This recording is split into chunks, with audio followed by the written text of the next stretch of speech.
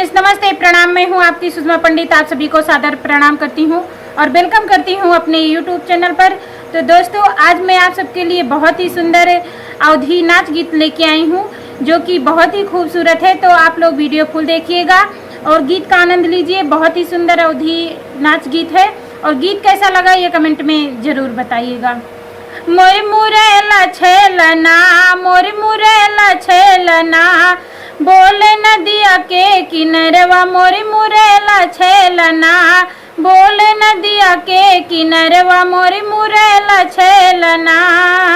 सोने की थाली में जेवना बनायो, सोने के थाली में जेवना परोस्यो, मोर मुरेला छेलना, मोर मुरेला छेलना, जेव नदिया के किनरवा, मोर मुरेला छेलना, जेव नदिया के किनरवा, मोर मुरेला छेलना, बोले नदिया के किनरवा, मोर मुरेला छेलना, बोले नदिया के किनरवा, मोर मुरेला छेलना।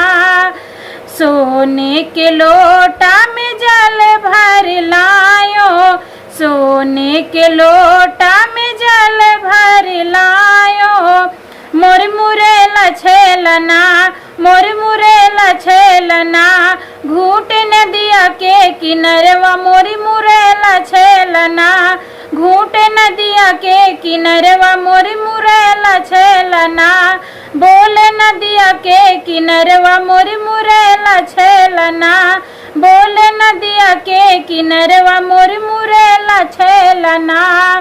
लेवंगा इलायची के बीरा लगायो, लेवंगा इलायची के बीरा लगायो, मोर मुरेला छेलना, मोर मुरेला छेलना, कूच नदिया के किनरवा, मोर मुरेला छेलना, कूच नदिया के किनरवा, मोर मुरेला छेलना, बोले नदिया के किनरवा, मोर मुरेला छेलना, बोले नदिया के किनरवा, मोर मुरेला छेलना।